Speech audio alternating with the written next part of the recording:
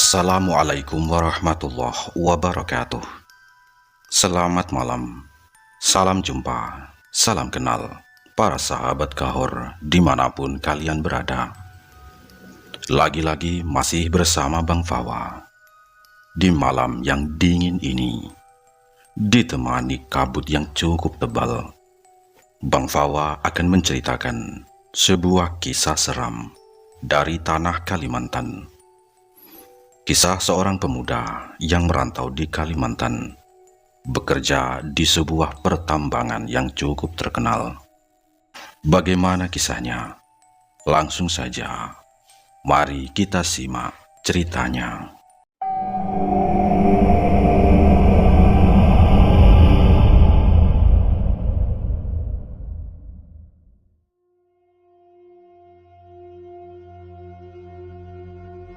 Kala itu, seorang pemuda bernama Jaki, berusia 21 tahun, sedang diliputi kebahagiaan tak terkira. Namanya tercantum jelas dalam daftar mereka yang lolos tes masuk ke sebuah perusahaan pertambangan batu bara besar. Sebelum pengumuman ini, hidup si Jaki penuh ketidakpastian. Ia sering bekerja serabutan. Kadang ia ikut mencari emas dengan mesin bersama penambang desa. Kadang ia menjadi kuli panggul barang dari pasar ke pelabuhan setiap akhir pekan. Kini, dengan diterimanya ia di PT ini, Jaki yakin masa depannya akan cerah. Ia bisa menabung modal untuk membuka usaha di desanya. Singkat cerita, setelah melalui serangkaian tes, wawancara, pemeriksaan kesehatan, dan penandatanganan kontrak, hari pertama Jaki bekerja tiba. Ia mengenakan seragam kerja barunya, warna jingga yang menyala, dengan aksen biru tua di kerah dan pergelangan tangan. Jaki tampak gagah. Ia berdiri menunggu bis antar jemput karyawan PT. Sekitar pukul 5 pagi, bus itu tiba. Jaki dan beberapa pekerja lainnya segera naik. Seorang pria menepuk bahu Jaki dari belakang. "Weh, Jaki, semangat sekali tampaknya kawan," sapa Syar'i, sepupunya, sambil tersenyum lebar. Jaki tertawa. Nadanya setengah bergurau. "Tentu kak, kerja kan memang harus semangat, biar nanti bisa kebeli ninja 4 tak kak." Syar'i mengangguk. Matanya mengerling jahil. "Iya, pasti bisalah itu. Apalagi kalau gaji dan bonusmu 4-5 bulan tidak kamu sentuh. Cash, langsung kamu beli itu motor." kata Syar'i. Wajah Jaki berubah serius. "Jangan begitu kak, kasihan bapak dan ibu di rumah. Kalau semua gaji saya tabung, nanti mereka makan apa?" Syar'i tersenyum lembut. "Iya, atur saja baik-baik dek. Nah, kalau begitu aku duluan ya," kata Syar'i. Jaki mengangguk. Ia memperhatikan Syar'i berlari menuju sebuah unit Volvo besar, salah satu alat berat ditambang. Tak lama kemudian, unit itu bergerak meninggalkan debu tipis. Di pos kerjanya, Jaki sedang duduk-duduk ketika seorang teman kerjanya, si Ateng, memanggil. "Jaki, kemari kau," katanya. Jaki segera menghampiri. Ternyata Ateng ingin mengajari Jaki cara mengoperasikan pompa air di area tambang. Sebab Jaki ditempatkan sebagai pumpman atau sebagai urusan pompa air. "Nah, ini sudah paham kan?" tanya Ateng setelah selesai memberi instruksi. Jaki tersenyum sambil mengangguk mantap. Oke, siap kak, paham," kata Jaki. "Ya, baguslah kalau begitu. Aku mau ke warung dulu beli kopi. Sudah jam istirahat ini. Mau titip sesuatu?" tanya Ateng.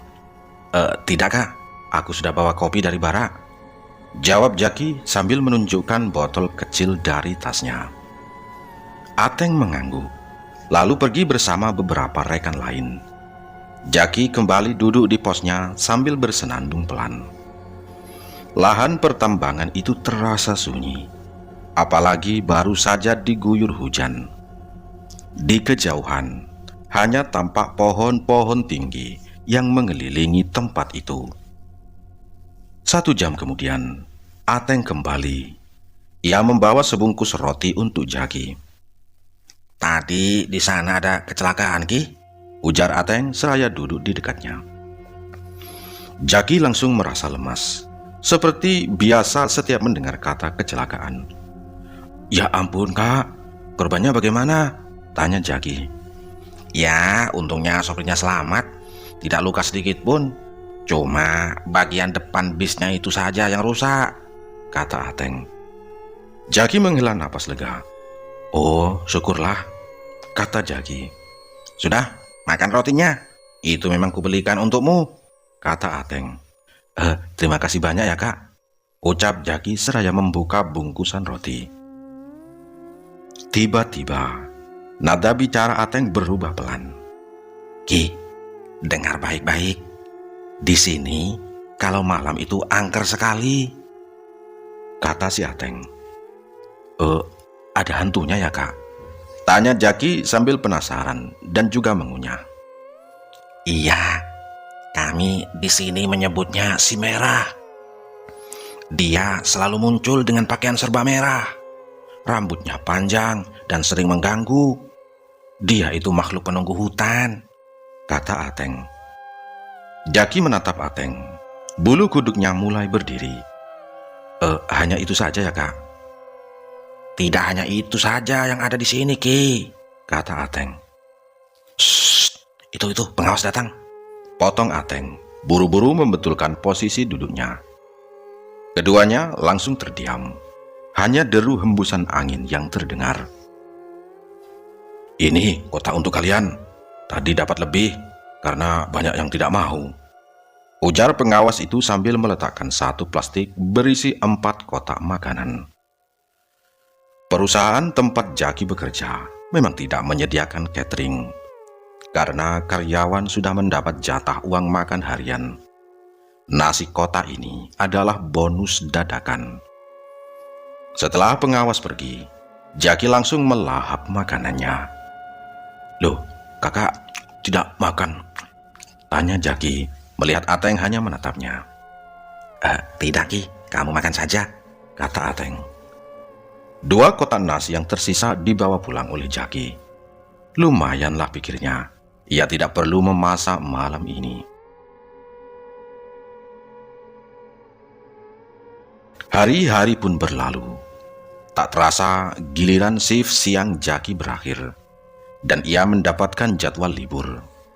Malamnya, ia kembali masuk kerja. Kali ini ia ditemani oleh Harry karena Ateng menolak shift malam. Kenapa Kak Ateng tidak mau ke sini ya? Tanya Jaki pada Harry.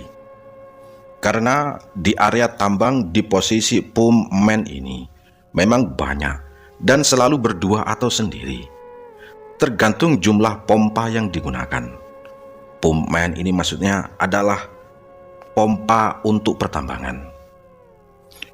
Ya, mana mau dia ke sini kalau shift malam? Dia trauma, Ki, jawab Harry. Trauma kenapa ya, Kak? Harry menatap sekeliling. Di kejauhan, para penambang masih tampak ramai. Tempat ini angker, Ki. Makanya yang jaga selalu berdua. Dia si Ateng pernah diganggu, kata si Harry. Jaki mengangguk, tidak berani bertanya lebih jauh. Ngomong-ngomong, bagaimana rasanya kerja di perusahaan tambang ini, Ki? Tanya Harry mengalihkan topik obrolan. Ya, enak, Kak.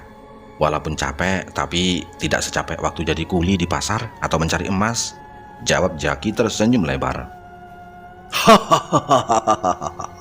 Harry tertawa. Namun, tawa itu terhenti di tenggorokannya. Dari kejauhan, terdengar suara tawa persis yang sama, meniru tawa Harry.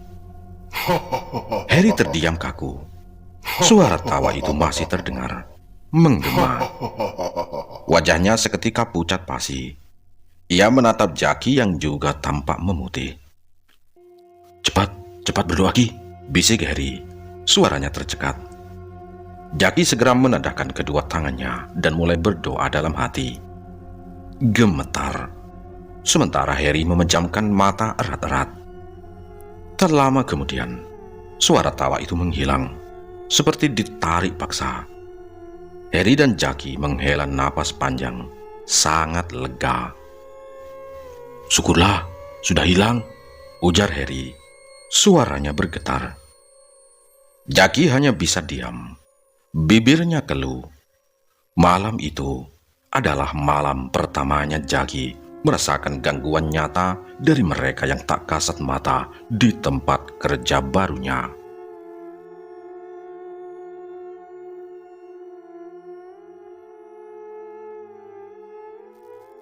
Malam semakin larut. Sekitar pukul 12 malam, aktivitas di area tambang mulai mereda, menyiksakan keheningan yang mencekam.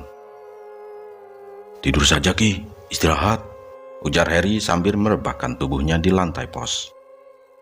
Jaki mengangguk, masih terbayang cerita-cerita angker yang ia dengar dari pekerja lain. Ia ikut membaringkan diri di samping Harry. Tak lama kemudian, mereka terlelap.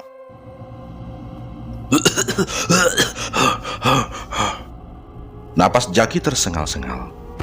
Di alam mimpinya, ia terus berlari sekencang mungkin, dikejar oleh sesosok makhluk tinggi besar dengan taring panjang yang mengerikan. Ia tersandung dan jatuh. Saat hendak bangkit, tiba-tiba kakinya ditarik dengan kuat oleh sosok menyeramkan itu. Tolong, tolong, tolong, teriak Jaki dalam mimpi. Ki, bangun Ki, Jaki, astaga, Sebuah tamparan keras mendarat di pipinya. Jaki tersentak, langsung terduduk sambil memegangi pipinya yang perih karena tamparan. Napasnya masih terengah-engah, jantungnya berdebar kencang. Harry menatapnya khawatir. Kamu kenapa? Kamu baik-baik saja? Tanya Harry. Jaki menatap kosong. Aku mimpi buruk, kata Jaki. Mimpi apa? Kamu tadi seperti orang kesurupan Ki. Badanmu gemetar hebat, seperti sedang dicekik. Aku sampai terbangun, kata Harry. Jaki mengusap dahinya. Keringat dingin membasahi pelipisnya. Mimpi itu terasa begitu nyata. Ia sadar, reaksi tubuhnya saat tidur adalah cerminan dari teror di alam mimpinya. Kak, pernahkah kamu mimpi aneh saat tidur di pos ini? Tanya Jaki pelan. Ya pernah sih, tapi tidak sampai seperti kamu tadi. Memangnya kamu mimpi dikejar apa? Tanya Harry. Jaki mencodongkan tubuhnya, berbisik pelan. Aku mimpi dikejar sosok tinggi besar. Aku tahu namanya. Tapi kata orang tuaku, sosok itu tak boleh disebut. Dia salah satu Kambehai setan besar yang sangat berbahaya, kata Jaki. Harry langsung menyentuh lengan Jaki. Matanya membulat. Iya, aku tahu yang kamu maksud. Sudah, jangan dibahas lagi, kata Harry. Jaki menarik napas panjang. Matanya masih mengantuk, tetapi rasa takut membuatnya enggan untuk tidur kembali. Karena keduanya ketakutan dan tidak bisa melanjutkan tidur, mereka memutuskan untuk mengeluarkan bekal makanan. Jaki membawa sayur singkong campur mie dengan lauk ikan asin, sementara Harry membawa ayam goreng dan tumis kangkung. Mereka saling berbagi, berusaha mengabaikan sisa-sisa ketakutan tadi. Tepat di tengah asyiknya mereka menyantap makanan, tiba-tiba terdengar suara keras.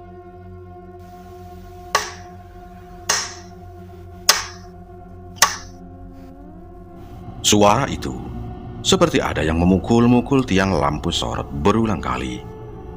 Padahal hanya ada mereka berdua di sana. Harry dan Jackie saling pandang. Mata mereka membesar tanpa mengucapkan sepatah kata pun. Keduanya buru-buru menunduk dan kembali melanjutkan makan. Berpura-pura suara itu tidak pernah ada. Malam kedua, hujan turun dengan sangat deras mendekati jam istirahat, membuat seluruh aktivitas penambangan dihentikan sementara. Area itu menjadi sangat sepi. Di pos kecil Jackie, ia ditemani Harry dan juga kedatangan seorang tamu. Dia bernama Bunny. Bunny adalah salah satu sopir truk HD atau heavy duty yang baru dikenal Jackie. Malam itu, Bunny bukannya beristirahat di posnya, justru menghampiri Jackie dan Harry. Ku dengar pos kalian ini angker kalau malam, tapi ini kok biasa saja. Ujar Bunny dengan nada menantang. Harry mendelik. Hei Bunny, bukannya kamu bersyukur kalau tidak ada gangguan? Semalam kami berdua sampai tidak berani tidur gara-gara diganggu, kata Harry. Hah? Serius? Tanya Bunny antusias. Jackie dan Harry mengangguk kompak. Bunny justru tersenyum jahil. Ia mengeluarkan ponsel dari saku, mengaktifkan kamera, dan mulai mengarahkannya ke berbagai sudut area tambang yang gelap, seolah mencari sesuatu. Hei, jangan begitulah Ban. Nanti kalau mereka ikut terfoto, baru kamu tahu rasa, tegur Harry. Hujan sudah mulai reda, menambah keheningan. Bunny tertawa puas. Hahaha, justru baguslah kalau sampai terfoto, biar aku percaya. Dan nanti bisa kutunjukkan fotonya ke teman-teman lain. Kalian terlalu penakut, kata Bunny. Harry langsung menatap Bunny dengan sorot serius. Kamu tidak tahu kejadian yang menimpa Ateng dulu, kata Harry. Itulah alasannya kenapa Ateng tidak mau lagi mengambil shift malam di sini, ujar Harry dengan nada memperingatkan. Bunny mendengus remeh. Ia menyeka lensa kamera ponselnya. Ya, makanya akan kubuktikan pada kalian berdua. Hantu, jin, atau setan itu tidak ada di dunia ini. Itu cuma dongeng untuk menakut-nakuti orang penakut seperti kalian, kata si Bunny. Harry dan Jackie hanya bisa menggelengkan kepala. Mereka tahu, berdebat dengan orang yang merasa paling logis di tempat seperti ini hanya akan membuang energi. Aku benar-benar tidak percaya. Mana ada hantu bisa menghidupkan mesin atau memutar-mutar lampu sorot? Itu pasti masalah kabel atau mesin yang sudah tua saja. Kalian saja yang terlalu banyak berimajinasi. Lanjut Bunny sambil menatap ke arah pit tambang yang gelap gulita. Harry menatap Bunny dengan tatapan dingin.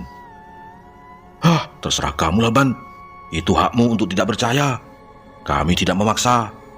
Tapi ingat, orang biasanya baru akan percaya setelah dia mengalaminya sendiri. Bagi kami, mereka yang tak kasat mata itu nyata adanya, kata Harry. Aneh-aneh kamu ini. Bunny tertawa terbahak-bahak mendengar ucapan Harry. Namun, tawanya mendadak berhenti. Dari kegelapan, di depan mereka, terdengar suara tawa yang sama persis dengan suara tawa Bunny.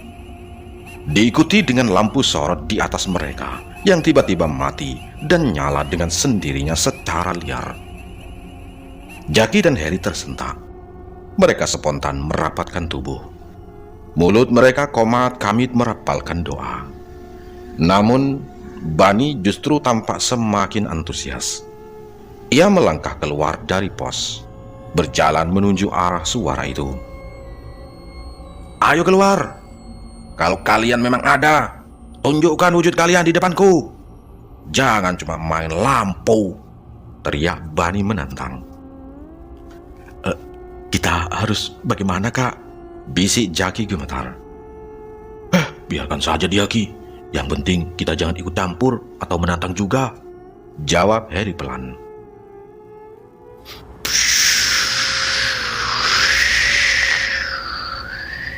Tiba-tiba, angin berhembus sangat kencang, membawa bau busuk yang menyengat, seperti bau bangkai yang sudah berhari-hari. Jaki dan Harry segera menutup hidung mereka dengan ekspresi mual. Hei Bani, sebaiknya kamu kembali ke pos. Hujan sudah mulai reda. Ayo kembali, teriak Harry. Bani tidak menjawab. Ia berdiri mematung di bawah tiang lampu sorot yang berkedip-kedip. Tubuhnya tegak, punggungnya menghadap ke arah mereka. Ban, hei Bani, panggil Jaki. Namun tetap tidak ada sahutan.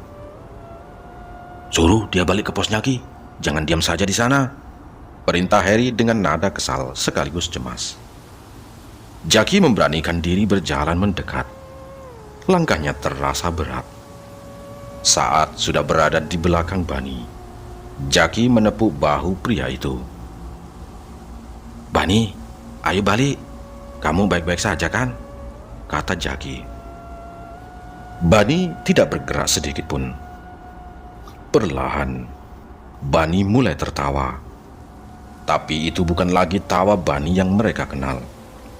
Suaranya berubah menjadi serak, berat, dan lama-kelamaan terdengar seperti ringkikan kuda yang menyayat hati.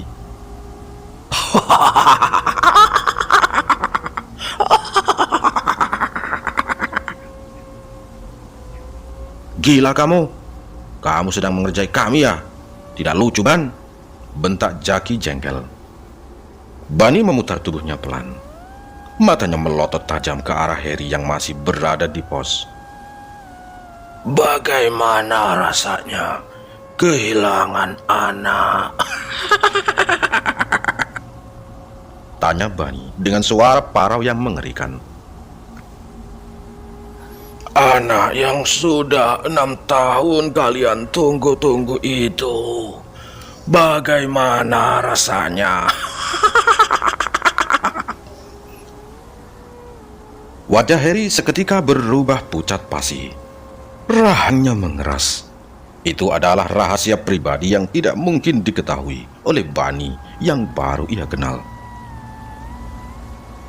Dia kerasukan, Ki, seru Harry sambil menatap Jaki dengan tajam. Wadah, kerasukan, Kak. Wah, terus kita harus bagaimana? Tanya Jaki panik. Panggil bantuan lewat radio, cepat, kata Harry. Jaki berlari kencang menuju pos untuk mengambil radio panggil. Tangannya gemetar saat hendak menekan tombol. Ki, Jaki, jangan bilang kalau dia kerasukan, teriak Harry dari kejauhan. Jaki tertegun sejenak. Ia bingung. Jika ia bilang ada kerasukan, mungkin orang-orang akan menganggapnya gila atau malah takut untuk datang. Ia harus mencari alasan lain. Breaker, tolong, di pos pompa ada masalah. Mesin pompanya macet total. Butuh mekanik sekarang, ujar Jaki lewat radio dengan suara yang diusahakan setenang mungkin. 20 menit berlalu, namun bantuan belum juga muncul. Sementara itu, Bani mulai bergerak. Ia tidak mengamuk, namun ia terus berjalan berkeliling sambil tertawa-tawa dan sesekali menari dengan gerakan yang kaku dan aneh. Kenapa belum ada yang datang? Kamu bilang apa tadi? Tanya Harry yang terus mengawasi gerak-gerik Bani agar tidak masuk ke area berbahaya. Aku bilang mesin pompanya macet, kata Jaki. Kok lama sekali ya? Biasanya mereka cepat kalau urusan mesin, keluh Harry cemas. Ya mungkin karena sudah terlalu larut, Kak, kata Jaki. Mereka berdua hanya bisa mengikuti Bani dari jarak aman, memastikan teman mereka itu tidak celaka. Suasana di sekitar mereka terasa sangat berat, seolah-olah ada ribuan mata yang sedang menonton mereka dari balik pepohonan gelap. Lihat, itu ada lampu mobil, teriak Jaki lega. Sebuah mobil melaju mendekat. Cahayanya membelah kegelapan. Seorang laki-laki keluar dari dalam mobil dengan membawa tas peralatan. Ternyata dia adalah salah satu mekanik yang cukup mereka kenal. Namun, Jaki dan Harry saling lirik. Mereka tahu mekanik ini datang untuk memperbaiki mesin, bukan untuk menghadapi rekan mereka yang sedang berbagi tubuh dengan makhluk lain. Mekanik yang datang itu bernama Sandy. Harry menjelaskan situasi Bunny yang sedang hilang kesadaran. Sandy langsung mundur teratur dengan wajah pucat. Wah, kalau urusan begini, aku tidak bisa bantu, Her. Aku ini mekanik mesin, bukan dukun, seru Sandy. Harry memegang pundak Sandy dengan erat. Setidaknya bantu kami mengantar dia pulang. Kita tidak bisa membiarkannya di sini dalam kondisi seperti ini, kata Harry. Pulang kemana? Rumahnya kan jauh di luar Kalimantan, balas Sandy bingung. Harry terdiam sejenak, lalu menoleh ke arah Jaki. Ki, kamu bisa menampung Bunny di rumahmu dulu tidak? Kata Harry. Jaki menggaruk kepalanya yang tidak gatal. Waduh, rumah orang tuaku jauh, Kak. Harus menyeberangi sungai, dan jam segini tidak ada taksi air. Selama bekerja di sini, aku tinggal di barak, di kontrakan pekerja, kata si Jaki. Nah, itu saja. Bawa dia ke barakmu dulu. Kita obati dia di sana secara diam-diam. Kalau kita bawa dia ke mes resmi perusahaan, beritanya akan cepat menyebar. Bunny bisa langsung dipecat kalau ketahuan bertingkah aneh kerasukan, ujar Harry meyakinkan.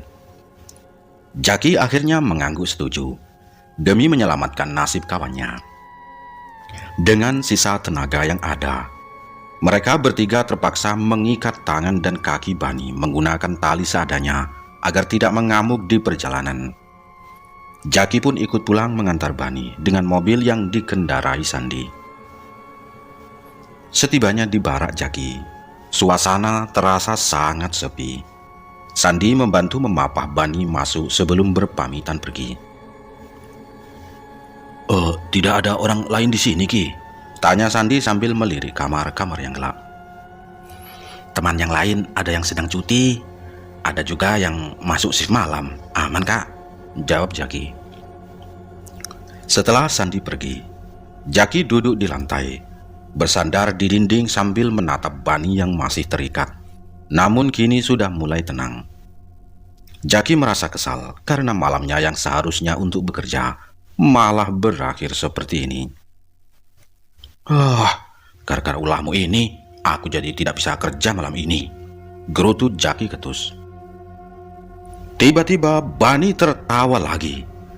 Suara tawa yang sama yang menggetarkan isi barak. Namun, alih-alih menyerang, sosok di dalam tubuh Bunny itu justru menatap Jaki dengan tatapan yang sulit diartikan.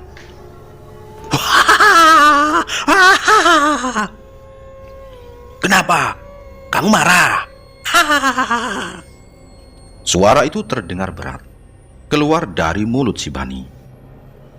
Entah keberanian dari mana, Jaki justru meladeni obrolan itu. Bahkan ia mencoba mencari keuntungan di tengah situasi gila tersebut. Kalau kamu memang hebat, beri aku nomor togel yang akan keluar besok, tantang Jaki. Tanpa basa-basi, sosok itu menyebutkan deretan angka dengan jelas. Jaki segera menyambar kertas dan pulpen, mencatatnya dengan tangan gemetar. Awas ya, kalau sampai angkanya tidak keluar, jeblok, ancam Jaki, mencoba menutupi rasa takutnya. Makhluk itu terkekeh pelan, kepalanya miring ke samping. Memangnya Apa yang bisa kau lakukan padaku, manusia? Jaki terdiam. Lidahnya keluh. Aku jamin angka itu benar.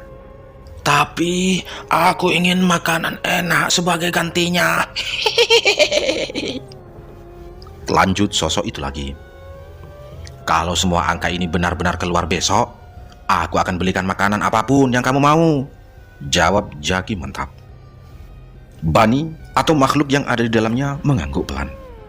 Namun, ekspresinya tiba-tiba berubah serius dan suaranya merendah menjadi bisikan yang mencekam.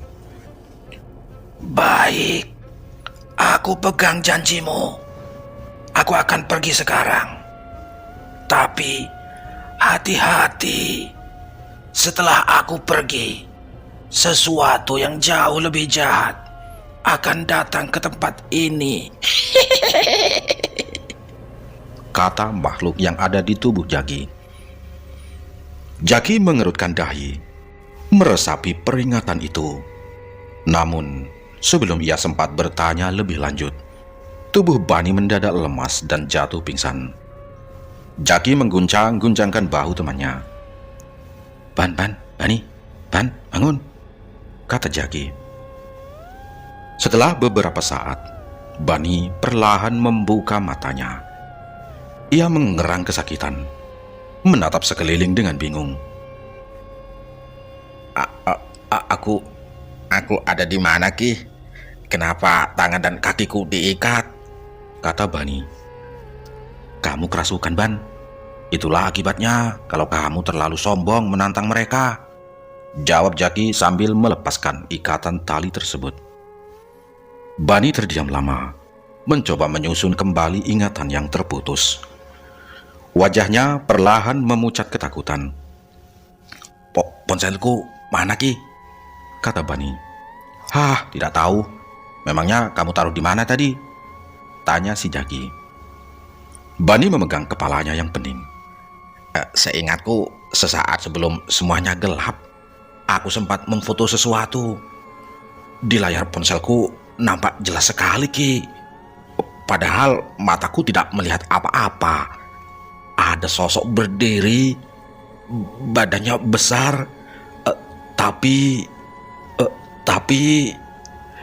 dia tidak punya kepala. Jaki bergidik ngeri. Nah, sekarang kamu percaya kan? Kata Jaki.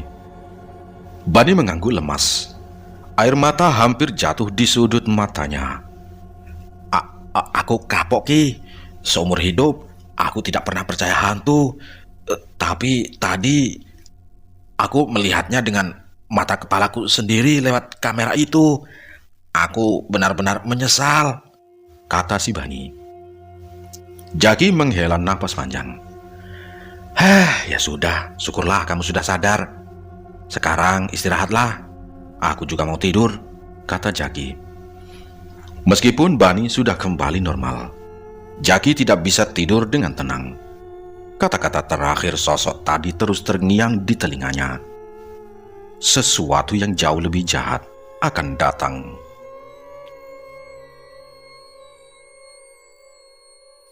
Keesokan paginya, Jaki memutuskan untuk mencoba peruntungannya. Meski hatinya dipenuhi keraguan, ia pergi ke Bandar Togel dan memasang angka yang diberikan oleh sosok yang merasuki Bani semalam. Ia tidak berani memasang banyak, hanya 10.000 rupiah. Sepanjang jam kerja, pikiran Jaki tidak tenang. Ia cemas, apakah ia benar-benar akan beruntung, atau justru sedang dipermainkan oleh makhluk halus itu. Namun, sore harinya, kabar itu datang. Angka itu tembus. Jaki gemetar hebat saat menerima tumpukan uang kemenangan yang jumlahnya cukup besar bagi seorang pekerja serabutan sepertinya. Orang-orang di sekitar Bandar Togel mulai berbisik, bertanya-tanya apa rahasianya. Jaki hanya diam 1000 bahasa. Sesuai janjinya, Jaki segera pergi ke pasar. Ia memborong banyak makanan untuk dibagi-bagikan kepada teman-temannya. Tak lupa, ia membeli kebutuhan untuk bayar utang kepada sosok itu. Kapur sirih, pisang mahuli dan rokok. Sesampainya di tempat kerja malam itu, Jaki meletakkan sesajen tersebut di bawah tiang lampu sorot. Karena tidak paham tata cara yang benar, ia hanya meletakkannya begitu saja di tanah, berharap sang penerima tidak tersinggung. Pukul 11 malam, rintik hujan mulai turun membasahi area tambang. Jaki, Heri, dan dua supir truk bernama Herman dan Jaya sedang duduk di dalam pos sambil menikmati makanan yang dibawa Jaki. Kenapa Bani tidak ikut ke sini? Tanya Heri sambil mengunyah makanannya. Bani sudah tidak seperti dulu, Kak. Dia jadi lebih pendiam. Aku rasa dia sedang patah hati, sahut Herman. Jaki dan Heri saling lirik. Mereka tahu alasan sebenarnya jauh lebih mengerikan dari sekedar patah hati. Setelah makan malam selesai, Herman dan Jaya kembali ke pos mereka, karena pos Jaki hanya muat untuk 2 orang. Bani pasti trauma berat, bisik Heri. Tentu saja, Kak. Membayangkan dia melihat sosok tanpa kepala di layar ponselnya saja sudah membuatku merinding, sahut Jaki. Malam semakin larut karena volume air di tambang terpantau aman. Heri mengajak Jaki untuk beristirahat. Kita tidur sebentar, Ki, mumpung suasananya tenang, kata Heri. Jaki mengangguk. Matanya memang sudah sangat berat. Tak lama kemudian, keduanya terlelap di tengah suara rintik hujan. Dalam tidurnya, Jaki merasa sedang berada di sebuah tempat yang asing namun indah. Tiba-tiba, seorang perempuan berjalan menghampirinya. Perempuan itu mengenakan pakaian putih bersih dengan rambut panjang yang terurai hingga pinggang. Wajahnya sangat cantik, namun kulitnya putih pucat, nyaris transparan. Perempuan itu tersenyum manis, namun tatapannya seolah mengunci jiwa Jaki. Aku tidak menyukai pemberianmu yang di bawah tiang itu, ucap perempuan itu lembut. Tapi karena aku menyukaimu, aku tidak akan mempermasalahkannya, katanya lagi. Jaki terpaku, lidahnya keluh. Ia bingung dengan maksud ucapan perempuan cantik di hadapannya. Maukah kamu menikah dan ikut denganku? Semuanya sudah kusiapkan, lanjut perempuan itu. Kini langkahnya semakin mendekat. Jaki tersentak. Menikah? Tidak, aku tidak mau menikah sekarang. Aku masih ingin membahagiakan orang tuaku, kata Jaki. Perempuan itu tertawa kecil. Suara tawanya terdengar seperti denting lonceng yang dingin. Kamu bisa membahagiakan orang tuamu tanpa harus bekerja keras lagi, sayang. Hidupmu akan berubah jika kamu mau menjadi suamiku, kata perempuan itu. Jaki menggeleng kuat-kuat. Ia melangkah mundur, berusaha menjauh. Tidak, aku tidak mengenalmu. Kita tidak saling mengenal. Lagi pula, aku ini bukan laki-laki yang baik, teriak Jaki frustasi. Kamu memang bukan yang terbaik. Tapi di zaman sekarang, aku sudah tidak pernah lagi menemukan laki-laki yang masih suci dan berjaga sepertimu, kata perempuan itu. Begitu tangan dingin perempuan itu menyentuh kulitnya. Di dunia nyata, tubuh Jaki yang sedang tertidur langsung mengalami kejang hebat. Heri tersentak bangun. Ia panik melihat Jaki yang tergelepar dengan mata putih yang terlihat di balik kelopak mata yang setengah terbuka. Jak, bangun Ki, Jaki, teriak Harry sambil mengguncang-guncangkan tubuh Jackie. Namun Jackie tetap tidak bangun. Ia seolah-olah sedang diseret paksa oleh kekuatan yang tak terlihat ke dalam kegelapan yang lebih dalam. Pah! Tamparan keras Harry kembali mendarat di pipi Jackie, memutus paksa kontak fisik dengan perempuan pucat di alam mimpi itu. Jackie tersentak bangun. Matanya liar menatap sekeliling pos yang remang-remang. "Mimpi lagi?" tanya Harry. Napasnya ikut memburu karena panik. Jackie mengangguk lemah. Keringat dinginnya membanjiri seragam jingganya. "Mungkin mereka benar-benar menyukaimu, Ki," kata si Harry. "Hush, jangan bicara begitu, Kak. Tidak lucu," potong Jackie cepat. Bulu kuduknya berdiri membayangkan tawaran pernikahan tadi. Ya sudah, mulai sekarang kita gantian tidurnya. Jangan sampai kita berdua terlelap di waktu yang sama. Aku tidak mau hal seperti ini terulang lagi, tegas si Harry. Jackie hanya terdiam. Di sisa malam itu, ia terus terbayang wajah cantik yang pucat dan peringatan sosok yang sebelumnya bahwa sesuatu yang lebih jahat akan datang. 2 minggu berlalu. Shift malam berakhir dan kini Jackie sedang menikmati masa cutinya di rumah. Suatu sore, Syar'i datang berkunjung dengan wajah yang tidak biasa. Kamu kenal Bani, sopir HD itu kan?" Tanya Syar'i. Kenal, Kak. Kenapa memangnya? Tanya si Jackie. "Dia kecelakaan. Kabarnya mobil travel yang dia tumpangi menabrak truk," kata si Syar'i. Jackie terlonjak kaget. Jantungnya berdegup kencang. Tapi dia selamat kan, Kak? Kata Jackie. Syar'i menggeleng pelan. Raut wajahnya penuh duka. "Dia meninggal di tempat, Ki. Kamu sih tidak punya ponsel, jadi tidak tahu berita yang sedang ramai," kata Syar'i. Jackie terhenyak ke kursi. Ia tidak menyangka hidup Bani akan berakhir secepat itu.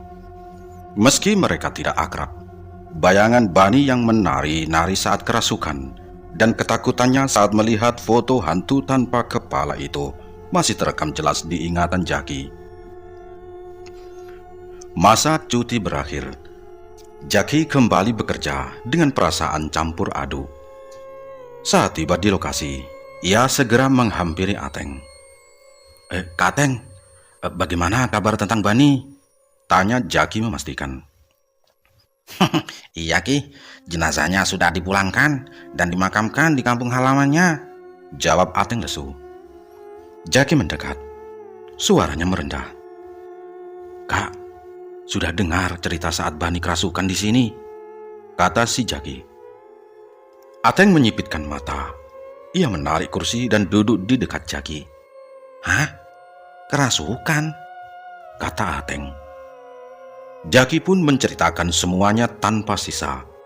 Tentang Bani yang menantang, tentang suara ringkikan kuda, hingga ramalan angkat togel dan peringatan sosok itu.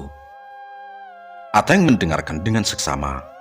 Sesekali menghela napas panjang. "Aku yakin kecelakaan itu bukan kecelakaan biasa, Ki. Pasti ada sangkut pautnya dengan penghuni sini. Apalagi ku dengar dari semua penumpang di travel itu hanya Bani yang tewas. Yang lain cuma luka ringan. Seolah-olah memang hanya dia yang diincar," ujar Ateng dengan nada merinding. Ateng menatap kaki Jackie, lalu menyambung ceritanya. "Sebenarnya aku juga hampir mati gara-gara diganggu di sini, Ki," kata Ateng. Ateng mengenang peristiwa kelam yang pernah menimpanya. "Waktu itu aku ditinggal sendirian saat shift malam. Karena aku belum tahu cerita angker di pit ini, aku sih tenang saja. Tapi tiba-tiba aku mendengar suara orang minta tolong. Lirih sekali, tapi sangat jelas. Tolong, tolong, tolong, begitu. Jaki mendengarkan dengan tegang. Lama-kelamaan, suara itu berubah jadi jeritan memilukan. Karena aku pikir itu rekan kerja yang celaka, aku lari mencari sumber suara. Aku berkeliling ke tengah kegelapan, tapi tidak ada siapa-siapa. Lalu tiba-tiba, Ateng menjeda kalimatnya. Matanya bergetar. sosok perempuan berbaju merah dengan wajah yang hancur melayang sangat cepat ke arahku. Setelah itu, duniaku gelap. Ateng ditemukan pingsan dengan wajah pucat pasi. Ia dibawa pulang dengan ambulan. Namun penderitaannya tidak berhenti di sana. Katanya dia meneruskan. Setiap kali aku memejamkan mata, wajah perempuan baju merah itu muncul. Dan yang paling parah, kaki kananku mendadak lumpuh total, tidak bisa digerakkan. Tapi rasanya sakit luar biasa, seperti ditusuk-tusuk ribuan jarum, kata Ateng. Jaki menutup mulutnya, ngeri. Lalu bagaimana kakak bisa sembuh? Kata Jaki. Keluargaku sadar ini bukan penyakit medis. Aku dibawa ke orang pintar. Katanya aku terkena kakanaan. Kakiku lumpuh karena dilempari benda-benda halus oleh penghuni sini. Akhirnya dilakukanlah ritual pulung. Dan kau tahu apa yang keluar dari dalam kakiku? Kata si Ateng. Ateng menunjuk kakinya yang kini sudah sembuh. Pasir kasar, serpihan kayu kecil, dan batu runcing. Semuanya keluar dari dalam dagingku, Ki. Tanpa ada luka sayatan sedikit pun. Jaki bergidik ngeri. Area tambang yang awalnya ia anggap sebagai ladang rejeki, kini terasa seperti medan perang, melawan sesuatu yang tidak bisa ia lihat dengan mata telanjang. Ateng mengakhiri ceritanya dengan tatapan yang masih menyisakan trauma. Seperti keajaiban, Ki. Setelah benda-benda itu dikeluarkan, kakiku ini perlahan bisa digerakkan kembali. Orang pintar itu bilang, andai aku terlambat berobat lebih dari 10 hari, nyawaku tidak akan tertolong. Itulah alasan terbesarku tidak akan pernah mau lagi mengambil shift malam di pit ini, kata si Ateng. Jaki bergidik ngeri. Keringat dingin membasahi punggungnya. Suaranya bergetar saat ia memberanikan diri untuk mengaku. Kak, aku juga bermimpi di sini. Ada perempuan cantik yang mengajakku menikah. Tapi dia seperti memaksa. Seolah-olah duniaku sudah bukan di sini lagi. Apa aku akan bernasib sama seperti Bani? Kata Jaki. Ateng langsung berdiri. Wajahnya serius. Ini tidak bisa dibiarkan, Ki. Nanti malam setelah pulang kerja, ikut aku. Akan kuantar kamu menemui orang yang dulu menyembuhkanku. Aku tidak mau kehilangan teman lagi karena kamu dibawa oleh mereka saat tidur, kata si Ateng. Sesuai rencana, malam itu Jaki mengikuti Ateng menuju ke sebuah rumah sederhana. Di sana, mereka ditemui oleh seorang pria paruh baya berusia sekitar 50 tahun. Begitu Jaki melangkah masuk ke ruangan, pria itu langsung tersenyum tipis. Namun matanya menatap tajam ke arah bahu Jaki. Wah, jarang-jarang ada kamben alas, hantu hutan bertamu ke rumahku, ujar pria itu tenang. Jaki tersentak. Bulu kuduknya berdiri seketika. Apa maksudnya, Paman? Kata Jaki. Perempuan yang mengikutimu dari tambang itu, dia adalah kamben alas. Dan sepertinya dia benar-benar sudah jatuh hati padamu, jelas si Paman. Jaki menelan ludah dengan susah payah. Ia menatap Ateng yang juga tampak terkejut. Paman, tolong saya. Bisakah Paman mengusirnya? Saya tidak mau diganggu lagi. Saya hanya ingin bekerja dengan tenang, kata Jaki. Pria itu tertawa kecil, lalu masuk ke dalam kamar dan kembali membawa sebuah botol kecil berisi minyak berwarna keruh. Sudah, bawa minyak ini selalu bersamamu.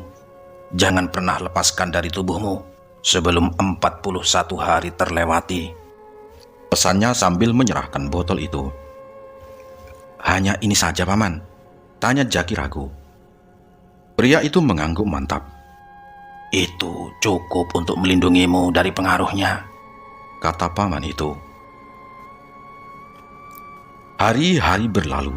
Jaki kembali menjalani shift malam dengan minyak pelindung yang selalu terselip di saku seragamnya. Keajaiban terjadi. Sejak saat itu, tidurnya di pos tambang menjadi sangat tenang. Tidak ada lagi tawa misterius, tidak ada lagi ketukan di tiang lampu. Dan yang terpenting, perempuan pucat itu tidak pernah lagi muncul dalam mimpinya. Namun, tantangan hidup belum berakhir. Kemarau panjang atau El Nino melanda Kalimantan.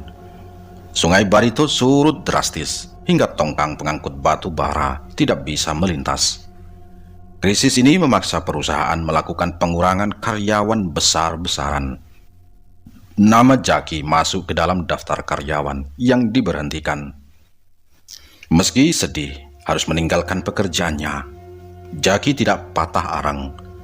Dengan uang pesangon yang ia terima, ia pulang ke desa dan mewujudkan mimpinya, membuka toko sembako di pasar. Waktu terus berjalan. Pada tahun 2017, Jaki sempat kembali mencicipi dunia pertambangan di perusahaan lain. Namun, ia menyadari bahwa takdirnya bukan lagi di bawah tanah yang penuh misteri itu. Kemudian, 2 tahun setelahnya, ia memutuskan berhenti total dari dunia tambang. Kini, Jaki bukan lagi pemuda yang ketakutan di pos pompa. Ia telah menjadi pemilik usaha jasa travel dan angkutan barang yang sukses. Seragam jingga itu kini tersimpan rapi sebagai kenangan tentang masa muda yang penuh keberanian, keberuntungan dari angka-angka gaib, dan rahasia kelam di balik sunyinya hutan Kalimantan. Selesai. Terima kasih bagi para sobat yang mendengarkan cerita ini sampai akhir. Semoga kalian terhibur. Salam dari Bang Fawa. Wassalam.